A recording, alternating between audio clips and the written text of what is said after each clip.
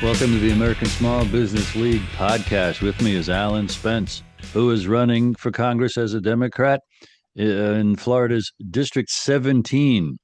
Alan brings over 20 years' experience in public service and economics to the fight for Southwest Florida. His campaign is centered on economic prosperity for all, reforming Social Security, and restoring Congress as a real check on the executive branch. His website is spence2026.com. Alan, thanks for joining me again. How are you today? I'm wonderful. Thank you for having me. I really enjoyed our last discussion, so I hope I'll enjoy this one just as much. So nice, pleasure seeing you again. Excellent. My goal is to create a video in 30, 40 minutes that you say, "Oh, that's great. I gotta share this everywhere." And I'm truly eager to catch up. We last spoke late September. It is now April 2026. What's the most exciting or important or urgent thing you love talking about as a candidate in your district? Well, to me, it's a couple of things. It's first is going to be economic prosperity. So the campaign has grown, it's matured, over the past several months. So we have this now. You can't really. It's called the prosperity agenda, but this is a plan that we have to win the war on affordability. And I'm happy to report one of those things in that plan is to redefine what a small business is from one that's under 500 employees to one that's under 100 employees so that we can really help our small businesses thrive and get the support that they need. There's too many, medium-sized businesses that are just masquerading as small businesses and eating up the assistance that our small businesses truly need. Well, that's music to my ears, certainly. We have a lot of other parts of the prosperity agenda. So we have things like universal child care. This is something that New Mexico has universal child care. If New Mexico can do that, we can copy what they're doing it and do it on a national stage. The people here, we're really suffering really bad from this Canadian boycott. So in Florida, particularly this part of Florida, the west coast of Florida, uh, Canadians come here and they stay for months, they stay for weeks, and they spend so much of their money. And we seeing in Sarasota County, the last quarter of last year, tours are 5% fewer visitors. Charlotte County, where I live, that's also in a district, it's down 6%. And these people are spending, tens of millions of dollars less. And it just it's if so if you're a small business owner or if you're a hospitality worker, you're seeing your money go away. These Canadians, the Canadian boycott is hitting us the hardest. So the state of Florida overall growth rate has gone from 1.7% in 2024 to just 0.2% in 2025. But the biggest decline was Canadian visitors, which affects us really the most. So that the tariffs, these tariff taxes are a big problem as well. Part of it is the fact that it changes all the time, so it's one rate and then something happens and it's another rate. The big companies can deal with this. They have ways they can deal with this. They can get cozy with the government, they can pay for lobbyists, but the small businesses they really can't, and they're sometimes they have a higher cost, and they're some of the first ones that really get hit the hardest. So we've seen the Supreme Court, rule that these tariffs are illegal, basically what I've said all along. And then we saw the president, use another law to implement temporary tariffs. And now they're studying all these countries and they're going to end up applying these tariffs. There's a very long process. And then there's a refund process for the other tariffs that are paid. What I'm trying to get is what you need for businesses to thrive is they need to know what the rules are. They need to know what the tariff rates are. They need to know what it is. It can't change all the time. They need that certainty. So how can you build a factory, or how do you invest in a new warehouse if you wake up one morning and then the tariffs are changed? So my father-in-law used to own a machine shop, my wife's father, and they did a lot of business with companies out of Canada for aviation parts. So companies like that are being negatively impacted by that. So the response has been really good. The problem that we have is we have a representative here that won't have a town hall, and he won't even talk to people about what their problems are. And I just think that is un-American. And that's one of the things that we've been trying to share with people is that how this our representative here, he's not available to them. And the founding fathers wanted somebody that was available, and how it's our job, like to maintain the democracy, maintain a republic, that we vote people like that out, whether whatever party you're in. If you have somebody that gets elected to represent the people and won't speak to them, that Mhm. is there's a fundamental problem with that. Huge. Let me ask you some questions on the few things you just shared. Number one, the Canadian boycott. When did it start? What caused that boycott? Well, it started when Donald Trump talked about the 51st state rhetoric, and he issued these tariffs that we don't need them for anything with timber and things like that. And there was a really big backlash. A lot of the plane flights, it's been cut. You see it in other states too. If you follow like the bourbon industry, Jim Beam has had to idle production at different distilleries because the Canadian LCBO was their largest customer. So the Canadians, they buy the liquor if they have a national liquor store, and it was their biggest customer, and then they quit carrying it on their shelves. So we see it in other places as well. I was actually interviewed by the Canadian Broadcasting Corporation, and they did a whole article about how Canadians here are impacted and what the overall economic impact here is. So a lot of them are people's net their wealth, right? Most people in the middle class, a lot of their wealth is stored in their house, right? And then so these Canadians are selling their house, they're leaving. And that so we're seeing the home price declines go well. So we're seeing the boycott now create a recession with the real estate sector as well. So but it started when we started levying tariffs. We started talking about annexing Greenland. We started calling them a 51st state. And we started insulting them. When I will remind you that like Canada has been our ally in World War One, World War Two. They were our ally when we went to Afghanistan. This is a country that we're like it's like a shared people, shared culture. And to insult people like that, it's they really reacted negatively to it. And you see it in border towns in the north. You see it in Maine, Vermont, New Hampshire, all along the border, Mm-hmm. everywhere, that there's just fewer people coming across the border. And Mm-hmm. the one of the roles that government has is to create an environment for businesses to thrive. And that's not what we see. We see the president take this rhetoric, and then our representative here, he took an anti-tax pledge, but he supports these tariffs, which I see as taxes, which the Supreme Court sees as taxes. It adds all kinds of costs into the supply chain. It Mm-hmm. just creates a lot of uncertainty as well. If we Mm-hmm. want tariffs, basically there should be a vote in Congress on it. That's what the Constitution calls for. So we should Mm-hmm. have a national discussion on tariffs, and if Congress wants to do it, they should do it. Which kind of leads me, to another point, that I think Congress is actually dysfunctional. And I've been thinking about this a lot and studying it a lot. And one of the things that I've adopted as part of my platform is something called uncapping the House. We need to increase the size of the House. So if you look at American history, the first 150 years, that the size of the House grew as the population grew. And for the past 100 years, it's been capped. It was capped, I think, in 1929 at 435 representatives in the House. This is why you see two elections this century where the president has lost the national popular vote but has won the electoral college, because there's so much. The smaller states are very much more like overrepresented in the electoral college. And this is how I end up with somebody in my district that thinks he doesn't have to talk to the people or have a town hall because he's got a base that will protect him, and he doesn't think he's has to be held accountable. The rest of the voters will not hold him accountable.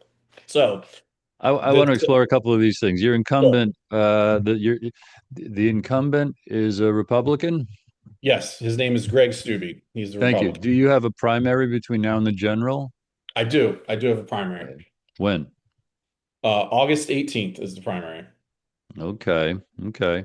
So we're in Uh, heat of primary season. right.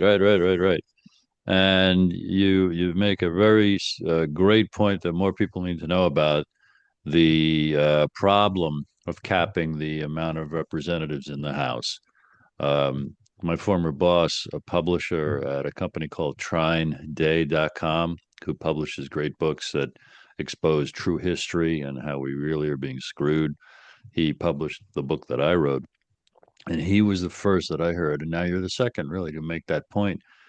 because the cap makes 435 members of Congress much more easy to control with the corporate and the big money. If there Yeah. really were, 1,000 representatives or 1,500 representatives, we would have a lot more responsive House of Representatives. That's for certain. Where would you take the conversation next, Alan? Well, we're in town exposing, so we're presenting an alternative with the prosperity agenda. We're exposing the rep for being absent. So we actually I had a citizen petition that I signed along with other citizens, demanding you have a town hall and list the reasons why.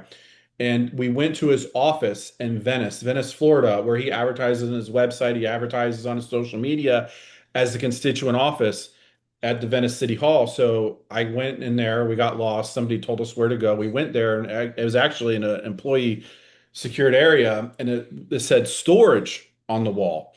And this woman, she opened up the door, and then there's doors stacked, there's chairs stacked to the ceiling, and there's a map with his name on it of the district, and then there's just constituent mail on like an abandoned desk just sitting there.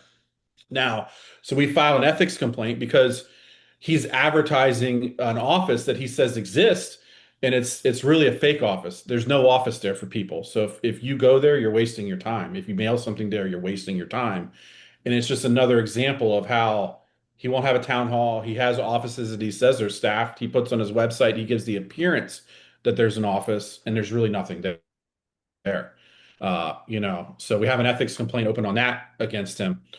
So we're trying to, show Yeah. the people, that he is not in line with the spirit of the founding fathers. I need Republicans to vote with me. I need Democrats to vote with me. I need NPA voters to vote with me. And they need to understand that there's a problem in Florida. There's a problem nationally where politicians think that they don't have to do what's best for the people they represent. Like Yeah. he should be more loyal to the people than the president. And he's shown time and time Right. again that he's just more loyal to the president. NPA, non-party affiliated. Correct. Correct. Yeah, there's a lot of Yeah. those in this part of Florida, actually. Yeah. And you just well described the reality that it's a two-sided coin. It's representatives who are honest and ethical, but it's also a citizenry that harasses them, Mm. that gives them no peace to ensure that they work for us. And we have to take full responsibility for where we as a people have been blasé. So we have the prosperity agenda, which is a 12-point plan. So some of the things are, right, flood insurance is a big thing in this Florida. We've been hit by hurricanes, many hurricanes here. And the flood insurance premiums for some people are out of control. Now, what we have in Florida is we have new homes have to be built with impact glass that can survive a category, I think, 5 storm. What I want to do, so flood insurance is out of control. One of the things that I want to do is require that new homes are built with flood barriers. So you can buy residential flood barriers, through other people, but this comes with the house. That way, if you're under a flood warning or flood watch, you can install this barrier, and it really will prevent your house from being flooded. It'll minimize losses. It's part of your mitigation as a homeowner that you would do. So requiring that all homes really that are built, anywhere come with this. Now, we'll then have fewer claims under the flood insurance program. We'll have less severe claims under the flood insurance program. We'll actually want to get more people into the flood insurance program as well. And then that will result in lower premiums for people. So that's one of the things that I want to do, to make things more affordable. Another thing would be the property insurance reform. So these companies, they say they're having a hard time, they're losing all this money. Now I work in finance. When I pull up their earnings reports, they're making tons of money. And so one of the things I want to do is they play these accounting tricks with these state subsidiaries where they'll show losses at the state level, and then they'll use that then to justify an increase in premiums or exiting the state. One of the things that I studied when I studied economics in college was insurance pricing. And you get the most efficient insurance pricing if you spread the risk out as amongst as many people as possible. So I want to require that, like if a company writes property insurance in this country, that they should not cherry pick and exclude areas. Like this past year, last year we didn't have any hurricanes in Florida, so it would have been a great year, So some years are going to be bad, some years are going to be not so bad if you're writing insurance there, but you have to spread the risk out because there's disasters every year in every part of the country. And they use these state subsidiaries to play these accounting tricks. And I want to take that out and get rid of those subsidiaries. Mm-hmm. And I want everybody to write insurance everywhere. There should be then increased, competition that, it should bring down, premiums as well. Mm-hmm. Another thing is this the energy costs with these AI data centers. One data center, and it's just energy and it's also water. AI data center in Florida will be 5 million gallons of water a day is what it will use to cool that. So what I want is the data centers to pay higher rates for these customers, like these AI platforms that use so much of the energy. I want them to pay a higher rate than consumers. They can then subsidize consumers and what I don't want is what the government is talking about doing now with letting the AI companies build their own power plants. If you look at Memphis and what XAI has done over there, they have these diesel turbine generators that emit this gas that's, causing people to have respiratory diseases, cancers, asthmas. Like, the power needs to be regulated, not we don't need all these companies building their own power plants, and then at the same time, they should be, if they have a for-profit business that's based on power consumption, they should pay a higher rate than consumers. So those are part of the prosperity agenda. Two would Mm-hmm. be Social Security. We haven't talked about that, Mm-hmm. but I really want to protect and strengthen it. So right now in 2032, Social Security is going to pay reduced benefits to people who are getting Social Security, and because it's just going the trust fund is not going to have enough money coming in. So I want right now there's a wage cap. If you make more than $180,000 in earned income, you don't pay any Social Security withholding taxes after that. And I want to get rid of that wage cap. If we got rid of that wage cap, we could get 10 to 20 years to really add it on to it, so we don't have to cut benefits. So we can figure out what we want to do to fix Social Security. Part of that is we need more workers right now. When I was born, there was 3.2 workers per retiree. It's 2.7 right now, and in 2036, it's going to be 2.4. We need that number closer to three, Mm-hmm. and it kind of goes into another issue, which is really one of my other ideas, which is corruption, law and order. But we need immigration reform. We actually need more workers right now to pay into Social Security, and what we're seeing now is a net people leaving and that's not good. We actually need more people here. If we have more people here, we can honor all of our commitments that we made to everybody, not have to raise taxes on anybody.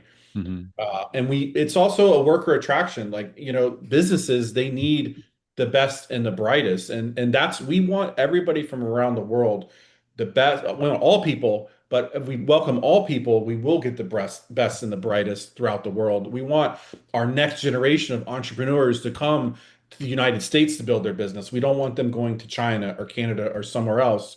We need to Mm-hmm. be seen as welcoming Mm-hmm. to people. And that's so I healthcare is another big issue as well. And you realize like I get phone calls from people. They're crying because they have a business. I talked to somebody a couple months ago. She has her own housekeeping business in the neighborhood I live. And this is when the Affordable Care Act subsidies were going away, the enhanced subsidies. And like she had to cancel her insurance because of that. She couldn't afford it, right? I was speaking to somebody else the other day, and they said that their friend at work, they needed to take out their gallbladder, and they didn't have the couple $1,000s to pay the deductible to take it out. So now they're going to wait for it to burst to go to the emergency room to take it out. Uh, and so when I look at the Declaration of Independence, life, liberty, and the pursuit of happiness, but it's life that we all have access to. And healthcare impacts the small business community because for whatever reason in America, you have this health insurance plan, which is part of your benefits, package that you offer to people. It's how employers differentiate themselves and they compete for workers. But if we did have a public options for health insurance, that burden kind of goes away from like your business owners don't have to worry about managing like healthcare plans, right? Your entrepreneurs can just focus on growing their business, keeping their customers happy, planning for the future. Like I don't think that, these small business owners should have to worry about getting a health insurance plan, if it was Mm-hmm. at the national level. So, I would challenge like business owners to think about that. If you didn't have to offer this benefit, Yeah. you would have more time to focus on growing your business and running it. And these are well explained on your website, right? All these things. Yes, absolutely. My Right. website, Okay, yeah. Spence. spence2026.com. Let's go down this road, which is your experience and expertise. Sure. Yeah, I have an economics degree. I went to school, I graduated from the University of South Florida in St. Petersburg with a BA in economics. And there you heard me talk about insurance pricing. I've learned about environmental economics, how we can use market-based environmental solutions to solve, environmental problems. I spent the past 20 years working in finance. So I've worked for really large financial companies and I've worked for fintech startups. I've helped scale them from when I joined one, we had 30 million in assets. And then when I left, we had 3.5 billion in assets. And that growth isn't easy. I went through two reductions in force there. And I was basically the number two person at the broker dealer as we kind of got through this like really uncertain economic period of the pandemic. And now I still work in finance right now. So I want to, leverage my experience at a startup for this political campaign. I give back to the community. I serve as my son's scoutmaster in the local Scouting America troop here, Troop 433 in Punta Gorda. And I've really found it encouraging to work with the youth, work with the next generation of leadership in America, because you do learn a lot of citizenship skills there. It's an amazing program as well. So that's me. I think the time is now Hmm. for somebody with an economics degree and a finance background to put the focus on economic prosperity. Hmm. In this area, the time is also now for a new generation of ideas.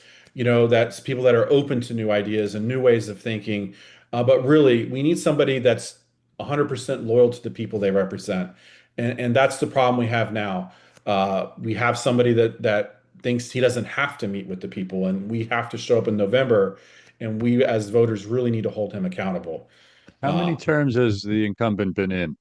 I think he's won three elections there, so I think this will be his fourth term, if I'm not mistaken. He was in the state house and the state senate Okay. before that. And were they close elections, or is it a predominant Republican area district? Oh, it's very Republican, so it's so yeah, the last two elections, the Democrat I think had 36 and 35%, so How many others are in the field for the Democrat nomination? just one other person right now. Okay, okay. What is there anything useful to you that you would want to share in this conversation about your Democrat opponent? No, I don't really. I don't want to. I don't like to. I don't want to. I don't think we need to talk about him. He doesn't have the business experience that I have. The thing that's important is we need somebody that we need to pick the candidate that's going to hold the incumbent accountable, that has the policy solutions, and somebody that can build a coalition beyond the Democratic base. Hmm. There's a tendency in primaries to go far to the left or far to the right. But Right. really, if you look at the bell curve of the population is, it's in the middle. People are dying for moderates, ones that are strong, that fight for what is right. But at the same time, you have to be able to find common ground with people on the other side.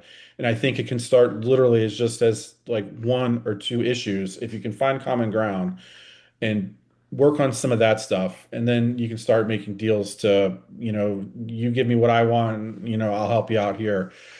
This race and Republicans, they don't like the fact that this guy he's a coward. The incumbent's a coward. That's what I'm calling him because he won't have a town hall. Who goes into office and won't speak to the people? Now, the people here are dealing with tourism that's going down because of a self-inflicted trade war. They're dealing with the crazy increase in price of gas that we're seeing that's going to add cost into the supply chain on an unnecessary war. We didn't need this war. We were not under threat. The American people never had a chance to participate in discussion. There was never a vote in Congress to go to war. And he's voting with the president here. He's more loyal to the president. So, like, unfortunately, I think the reality is that we're in for some hard times, and it's sad because I think a lot of our small businesses ones, they're going to be the ones that are going to feel it first. So many of your positions, Alan, have huge appeal because have a great understanding of American history and the ideals of the founding. Unfortunately, a lot of Americans today don't. Are you leveraging that, pouring that out, especially this 250th anniversary year of the Declaration of Independence? Yeah, I mean, you heard me talk. I've already invoked the Declaration of Independence once, so people they know that, pursuit of life, liberty, and pursuit of happiness. People understand that. But yeah, I'm talking about the founding fathers, talking about how like this republic, this democracy, whatever you want to call it, we have an obligation ourselves to be active participants. We have an obligation to hold the people accountable. It's not going to survive and thrive unless like we police it. We have to get rid of somebody like this that's too partisan, that is not doing what he's supposed to be doing. Because when the country was founded, the house is the people's house. That's why we have these elections every 2 years, because theoretically everybody could get kicked out. And that's really what we need. Is we need a historic American election this year. Hmm. We need a revolution at the ballot box. That's really what this country needs, and we need to remember that the people on the other side, are not our like enemies, that they are our Americans. This is for everybody. And I think the president and the people in power now, I think they actually would have got a lot more of their agenda across the finish line had they taken a different approach, had they just worked with Democrats and said, you really care about this, we'll give that to you if you support us here. Like the chance to really build something was there, but it just didn't happen. You are talking about things that are just straight down the middle of appeal to improve the quality of life for your district, and it would for the state, and it would for for the nation. I mean, the question, so to get people from the other side, the question that I'm asking them is do you think it's rational that your congressional representative should speak to the people once or twice a year? And if they answer yes, I'm telling them like, you need to look at me. The person we have now has not held a town hall, and it feels like we're shut out. And they say, we obviously have a big problem with the mass, immigration agents that we have, this mass police force. The American people, one, will never tolerate a mass police force. But like, what are we supposed to do? I hear from citizens that they're afraid to leave their house, like because of what they look like. And our representative won't even speak with them and take their feedback and take it to DHS. Like that's how this is supposed to work. The Mhm. constituents are supposed to tell them, hey, there's a problem here with what's going on. Can you please make it stop? And then if it is a reasonable request to make, like they're supposed to go to the government and maybe try to get them to change the policies. And we Mhm. just don't have that now. So it feels like we're shut out, that we have no voice. Uh, Mhm. and it's just it's really an unfortunate situation. But, you know, again, like we need a revolution at the ballot box, and we need people to vote, all around. Are there other industries or qualities of the district that you want to make clear that you're concerned about? Yeah, I mean, we just had a bunch of layoffs in Sarasota County Public Schools. So a bunch of teachers have been laid off. So the hospitals are very important here. The schools, are very important as well. Tourism is really big in general. But we also have agricultural areas here. We see, farmers, they've needed a bailout from the president because of the retaliation from this trade war. We had bailouts the first term, from the president. So we have very like a diverse district in a sense that, it's like Charlotte County where I live. It's one of the oldest counties in America. I think it's the fifth oldest county in the entire United States of America. So senior citizens, so that leads into Medicare, Social Security, is very important Hmm. as well. Sarasota to the north is skews, much younger. It's a very diverse city. It's got this area has the most beautiful beaches that you have ever seen. Has great places to go, like boating. We have the Peace River, which is, which is like I think it's like one of the best places if you want to go canoeing. It's just, it's amazing. We have the Caloosahatchee River, it's part of the district as well that takes you. You can go from Fort Myers basically all the way to like Fort Pierce. Instead of going down to the south tip of Florida, you can kind of cut through and go through Lake Okeechobee. So it's a very diverse area with a lot of different interests. And so all these things, they really matter to people, but we need to show that what the current representative is doing is actually harming the people, whether Hmm. you're a farmer, whether you're a retiree, or whether like you're a young person. It's so hard for the young people right now to get ahead, to start their life and actually build wealth. So home affordability is a really big deal. Hmm. Development of the land here is very important as well. We need to have, affordable housing for people, but also need to preserve our wild areas. We have this Florida wildlife corridor. We have things like the Florida panther here. We have Florida scrub jays. We have manatees. We have all kinds of, endangered species like the Florida scrub jay. It's the only place in the world where you could find this bird. So it's very people want to see these natural areas preserved, but at the same time we have to get the development right, and we have to have the right infrastructure so that it can grow and we can build new houses and we can grow in a responsible way. That's the challenge. Because this unconstrained growth that we're seeing in a lot of the state of Florida and here, it's Florida is going to be different in 25 years than what it is now. What is Florida without the Everglades or the beaches, or the agriculture areas? There's a road. It's not a district, but there's a place right up the road from Arcadia. It's very agricultural. They have rodeos there. It's a very, very unique place.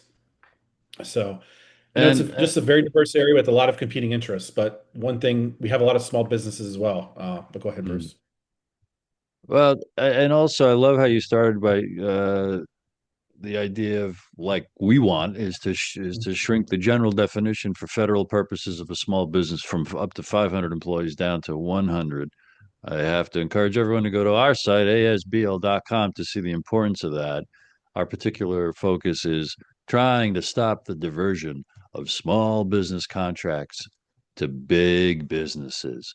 If that scandal, first of all, got known and then cleaned up, and it needs a congressman like you in there to do that, the economy would really boom because the small businesses that should be getting small business contracts, not the big ones that get them for all the obfuscating reasons that we teach about.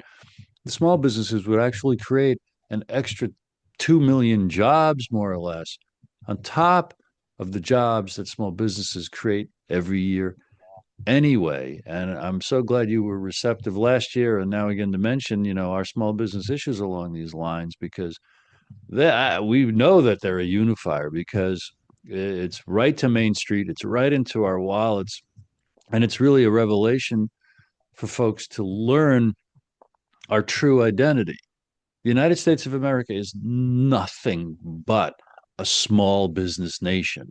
99.9% of all businesses in America are small businesses by the government's too large definition of up to 500 employees.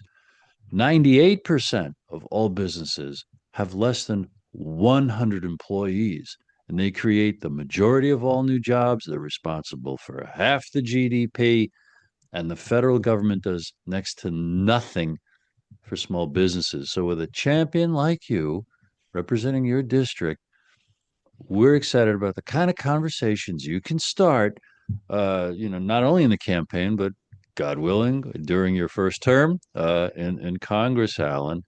Talk a little bit about that, and then I'll ask you, for some concluding thoughts. We'll wrap it up, but talk about small businesses a little more, if you wouldn't mind.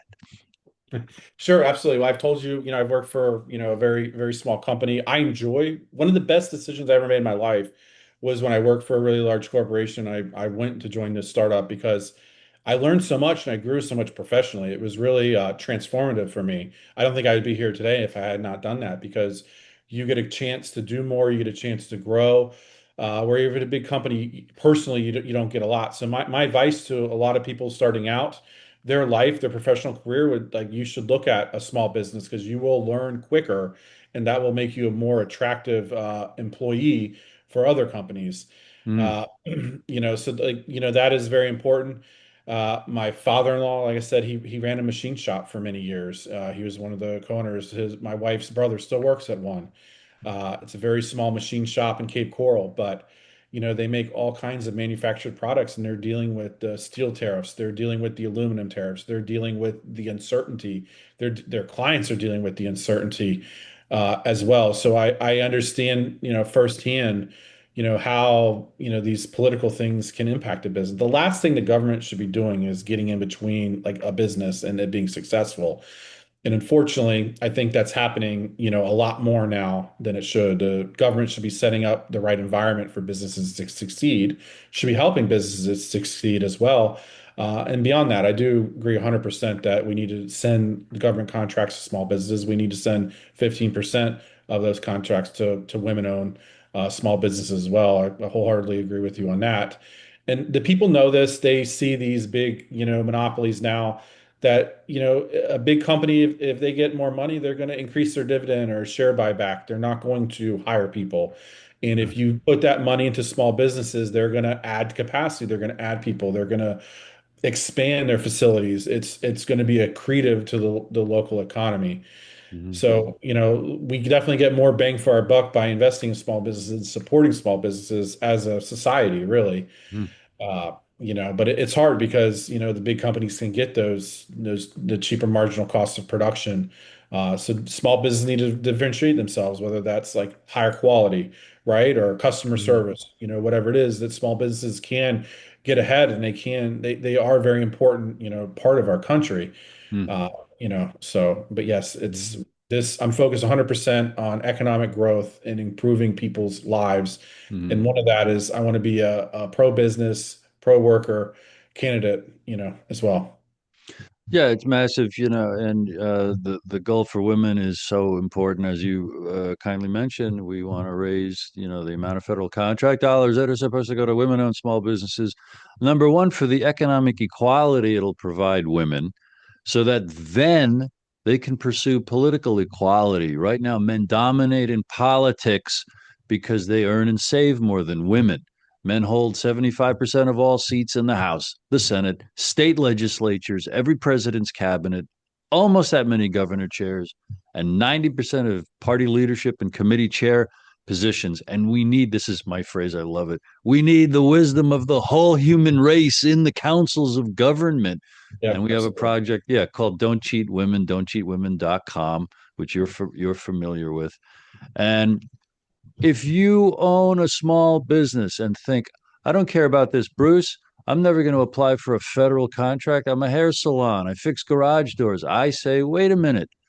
When the small businesses in your community get the federal contracts they should know about and should apply for and fairly win, they will hire people that need haircuts and need their garage doors fixed. And the big businesses, like you said, who get those contracts, they don't hire new people because they're already big enough to do the work. And that's the scandal we've been exposing for many, many decades. Now, swinging into our concluding segment here, Alan, Mhm. remind us your website and remind us, talk to from the heart to the heart of the people in your district. Sure. My website is spence2026.com. And again, our main message is economic prosperity. We see that with the prosperity agenda. So if you go to my website, if you go to issues, you can see there. We have a plan for democratic reform. I talked about expanding the House. This is part of Sean Casten's Equal Voices Act. He's a Democratic representative from Illinois. So we're adopting that. We want 12 at-large senators picked by Mm. popular vote. We want to change the way the Supreme Court handles cases where the federal government is a plaintiff or defendant. We want to change Social Security. If you make more than $180,000, we want that, we want people to pay the withholding taxes because Social Security is definitely tied to the middle class. It's how really that it's the bedrock of the middle class. So it's extremely important that we protect Social Security and we strengthen it. We have an immigration plan. We're working on an education plan. We need a candidate that's focused on the economy. We need a candidate that will hold Greg Steube accountable. I am attacking him every day. I'm proposing alternatives. I've exposed his fake office. So Mm. these are the things that I'm focused on is this immigration. We haven't talked about that a lot. I know we did last time, but that also is very important for me as well. And I think all of that ties into the economy. People don't want to leave their house if they're going to get harassed by immigration enforcement. People don't want to visit from other countries if they're going to get harassed by immigration enforcement. If they're here just, living their life or doing whatever they came here to do. Hmm. But the time is now for somebody that's focused on the economy, somebody that understands the policy position, what policy positions will lead to, more economic prosperity for the people in our district. And we have to get these bad people in office, and we need a candidate that can build a coalition beyond the Democratic Party. This race, I'm in it to defeat Greg Steube. I believe I'm going to do it. I believe the other candidate is in there for a lifelong achievement award, where I actually want to win, and I believe I'm going to win. I just need everyone's support and help. So if you can follow me on social media, we're on Facebook, Threads, we're on Instagram. I would really appreciate it. Go to my website.